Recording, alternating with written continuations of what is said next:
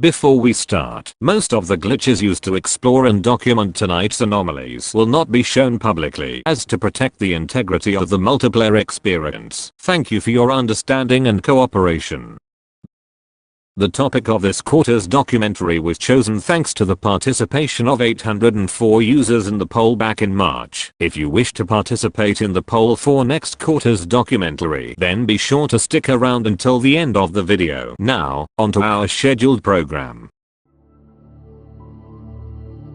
The games we play in this current and modern age have such stunning and beautiful architecture, creating a world for the players to get engaged in and explore all of the lore and history of the worlds the game developers make for the player base and uncover breadcrumbs that potentially lead to hundreds or even thousands of stories. Yet there has always been one question, a question that always lives in the minds whenever we explore the boundaries of these worlds and have nothing else to do when we've completed a game to its absolute limits. What is it like to explore beyond the intended boundaries of our worlds? What lies beyond what the developers have intended for us to see? What hidden secrets are there within the boundaries of the maps that either very few or no one knows of their potential existence at all? Tonight, we shall explore the outer boundaries of the PVZ worlds, what lies beyond the perception, what the public eye is not normally meant to see, the secrets that lay beyond our finite world, what we can normally not see due to the constraints that the developers lay upon us.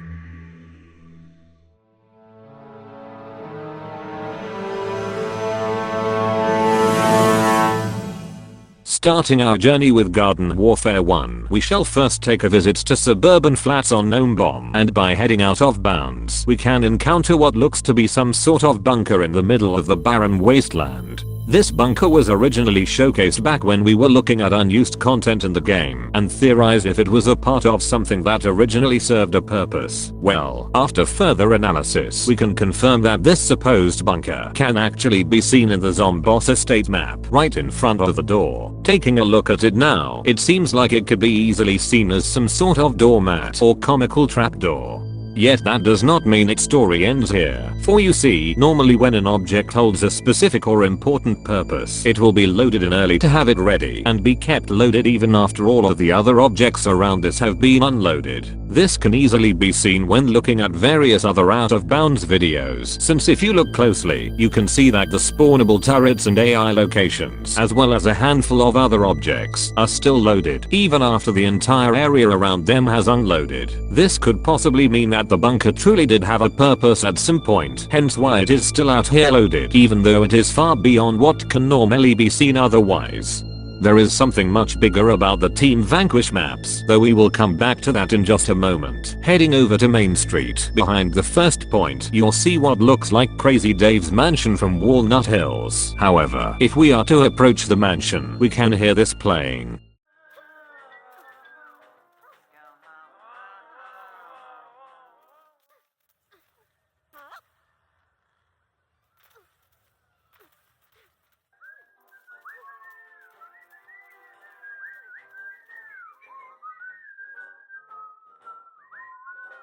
For some strange reason, two garden themes seem to be playing over each other in this area, which is odd, as under normal in-game circumstances, the player would never even hear them with how far away they are. Why these tunes are playing here is unknown, and it was only a recent discovery, since according to Jay, they seem to be perplexed by the music's existence. Speculation suggests that Main Street could have originally had 7 objectives before the final minigame, as opposed to only 6, though the only way we can truly get the answers for such questions is by contacting the developers themselves. Though this also ties into our next and rather intriguing discovery, heading back to Zomboss Estate, and by landing on top of the invisible wall, we can get a bird's eye view of what looks like the remnants of suburban flats far below us, with the telephone poles, pool, terrain, and the gate leading onto the area being the only remnants of the map's existence. Well, it turns out that this is not the only pair of Team Vanquish maps found.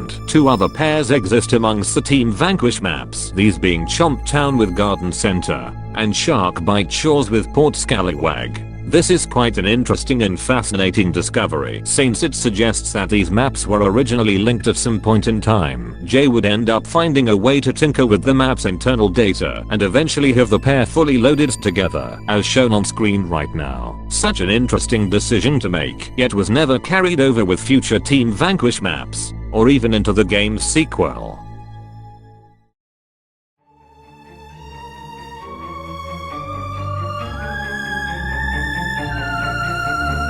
Moving on to the game's sequel, Garden Warfare 2, we have a lot more to cover here, both in terms of small as well as significant and speculative discoveries. Starting off with some of the less notable ones, we will first take a visit to the backyard and look specifically around the back right area behind the plant base. Looking closely, we can see what looks to be a barrel floating just outside the intended play area. Normally this barrel wouldn't be of much importance except for the fact that it has collision attached to it, according to a Discord conversation which also provided a close-up of the barrel. Strangely, an exact copy of this barrel can also be found underneath Crazy Dave's garage, though given the location of this barrel you will have to either glitch under the map or use a free roam camera mod to get to it. Though keeping to under the garage, we have another object that usually is never seen, being of a known target at the end of the tunnel in the Infinity Time cutscene, due to how the camera functions, as well as certain particle effects obstructing it from view. In order for us to observe it, we will need the planters to head into the area where you'd normally engage Infinity Time and stay there as to keep the area loaded at all times. Then we have an all-star clip through the floor just above and then revive the pirate into the area, and then by using the pirate drone we can view the gnome target that is sat there. What's interesting is that it's the same one used at the crazy target's range, though you cannot destroy it. Why it is here is unknown, since under normal circumstances you would never be able to see it or even interact with it for that matter. Moving on to the more interesting and bizarre discoveries, we shall next take a look at various tombstones. We first take a trip to Great White North, where a pair of tombstones can be found just off the edge of the map boundaries, meaning that a mod will be required in order to see them due to the extreme distance. Another pair can also be found elsewhere in Great White North, according to a screenshot provided by Hey I'm Jay on Discord.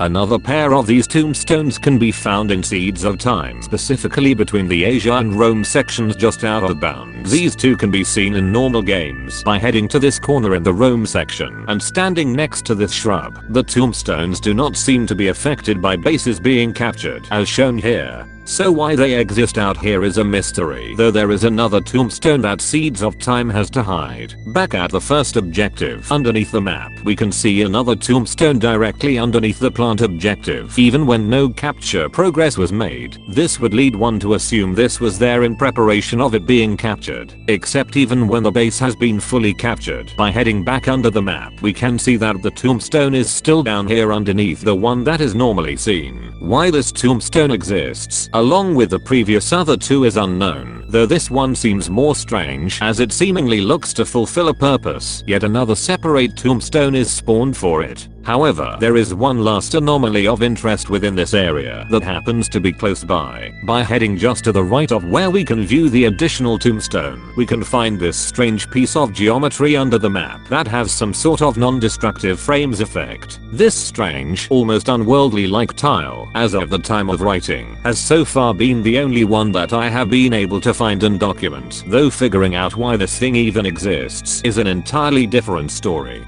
Next we take a trip to Zomburbia and head to the west side of the map. Behind the hills we can find several paintings out of bounds laying on the ground. These paintings consist of several small ones of various zombies as well as a large one of Dr. Zomboss. Why they are stored outside is unknown, though it could be either leftovers from when implementing assets or potentially connected to the ones in the final objective minigame. Moving on, we also have several chairs, two of which are quite interesting to analyze. The other less interesting one is of a lone chair found at the bottom of the hole that zombots come out of in the tech factory. Moving on to the first of these interesting chairs, we shall head to Zombopolis and underneath the generator at the final objective. Here, we see 6 office chairs lined up side by side as if they were surrounding a table that used to exist. This would normally be nothing of note, but given the oddly specific arrangement of the chairs, it seems too precise to be of a mere coincidence and could possibly be a hint to the map originally being vastly different in its layout. Interestingly, 2 more of these chairs can be found, though they are on an invisible floor suspended above the void, located in the massive crater just beside the original 6. These 2 chairs are even more perplexing, since they are nowhere near the other 6, seemingly just out here doing their own thing, stranded in the void. Moving on to the other chair of interest, this one takes us back to Great White North. Behind the final objective, we can see what looks to be Dr. Zomboss's chair far below the map. However, trying to approach and document this chair has proven to be quite a difficult task, as according to HeyI'mJ in a Discord DM, the chair for some unexplainable reason has a death barrier attached to it, so if anyone was to come within close proximity of the chair, they would be killed instantly. This is both rather fascinating as well as very strange for an object far beyond the game's playable boundaries to have such an effect attached to them. So trying to figure out why PopCap would make such an arbitrary and questionable decision to leave such an object with such attributes down here. Only they hold the answer to this chair's mysterious location. Our final anomaly in this section is of an NPC that used to be accessible in older versions of the game, though was removed some time down the line, so the only way to observe its existence currently is through using older versions of the game through modded PC ports. To find this NPC, you'd first have to glitch through the floor to get directly on top of the sewers. Once here, you must traverse the roof of the sewers up until you reach this spot right here. Then all you need to do is jump and use the interact button to engage with the NPC, known as Branching Zomboss. The NPC only has 2 lines of dialogue stating that they currently have no quests and then to come back later, prompting the player to pick either yes or no. Either option will end up giving you the same result, likely due to its being unfinished. Why this unfinished NPC was left up here is rather strange and intriguing, as one would think that you would keep an unfinished NPC either locked in the files or just far beyond the intended play area as to prevent players from interacting with it, yet for some reason, it was just placed here above the sewers. I understand that the developers probably didn't think of the specific glitch scenarios used to access it, but it is still rather fascinating to just find it here above the sewers, only to be removed within future updates where all references to the NPC were completely wiped from the game.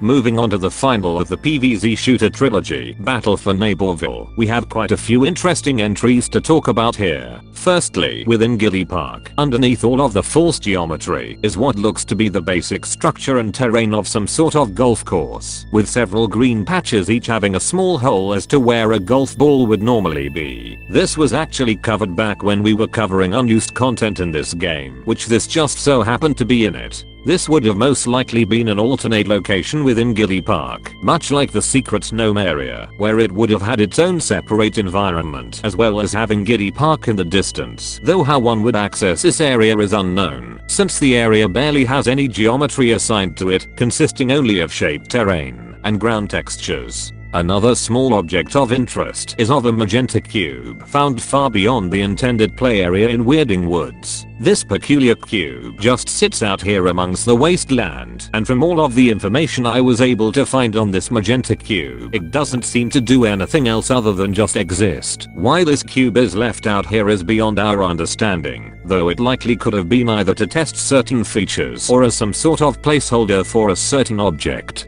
Now, for our last stop in this tour of anomalies, we shall be taking a long trip to Preserve Pastures, for this map has been known to host quite a wide range of anomalies here, both from small to quite strange and significant. So, let us begin our final trip in this journey. To start, we first shall view the only anomaly within the map that can be seen in normal in-game circumstances, by heading to this side of the zombie spawn in private play before the match starts with the low gravity setting enabled. If we gain enough height by using either Soldier or the Brainium Basher, we can see a white cuboid floating nearby the spawn region. However, once the match starts, we can see that the cuboid disappears. This likely is due to it having assigned information for once the match starts and was meant to be used as a way for the developers to know exactly when the players are allowed out of spawn, though was poorly hidden on PopCap's part, allowing us to directly see it. Our next entries within this map will be noticeably bigger and much more intriguing to investigate. The first of these being what looks like the remnants of an unused map located far to the left of the first objective. This small distant area, whilst initially may cause speculation into thinking that it could be background detail, given how much detail there actually is within this area as well as its far distance, and with it being obscured by trees, makes it near impossible to see normally, makes me believe that this potentially could have been an unused map.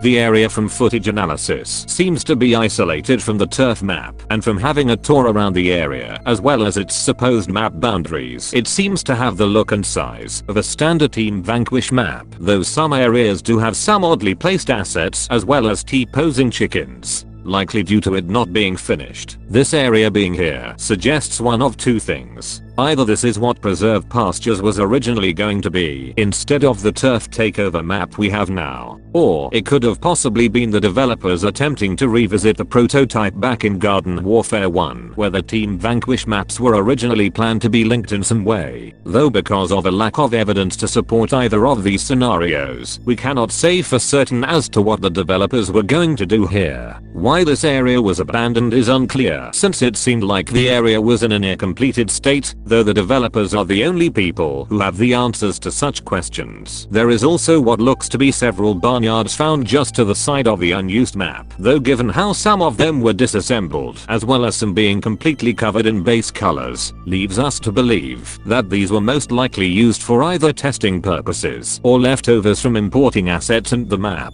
Now this is only the first area of interest within this map, and it already has a lot of questions for us to ask, yet the second area also plans to generate a lot more questions than answers. On the other side of the map, also far beyond the intended play area, we have what looks to be an early prototype of the final minigame at the end of the map. This area has a layout similar to the final, though with much different geometry, as well as it still being in the early stages of environment blockout with white boxes everywhere, presumably to represent basic geometry as well as routes. This version of the final minigame, whilst presumably would have played the exact same in having zombies pushing the gargantuas to the pickle and the plants defending it. However, the environment would have originally been vastly different, as according to Silvercyclops, when they were documenting this area, they described the following area as such. As we can see here, they still have the normal plant spawns and everything, but it's more enclosed, and the pickle is more in the middle of the map where you have different sorts of sight lines and different objectives. And I think this is like a really cool idea because the last one is pretty hard to capture or defend, at least for the plants. But now with it being more open, Cactus has more sight lines, and it makes it a lot easier, in my opinion, for the zombies to still get in there, but for the plants to actually defend at the same time. But I'm really curious about exactly what this is. Taking notes from their analysis, it is strongly suggested that this was originally going to be how the map was laid out before PopCap chose to reject this environment in favor of a more open one, with a lot more open space and sight lines. As to why this one was left here and not deleted at all, possibly is due to either having some assets that were going to be used anyway, or it was used as a rough guide before making some changes to better suit the environment. But once more, only PopCap themselves have the answers to such intriguing questions. So for all we know, these two areas could have been for something completely different, and we wouldn't have known about it at all.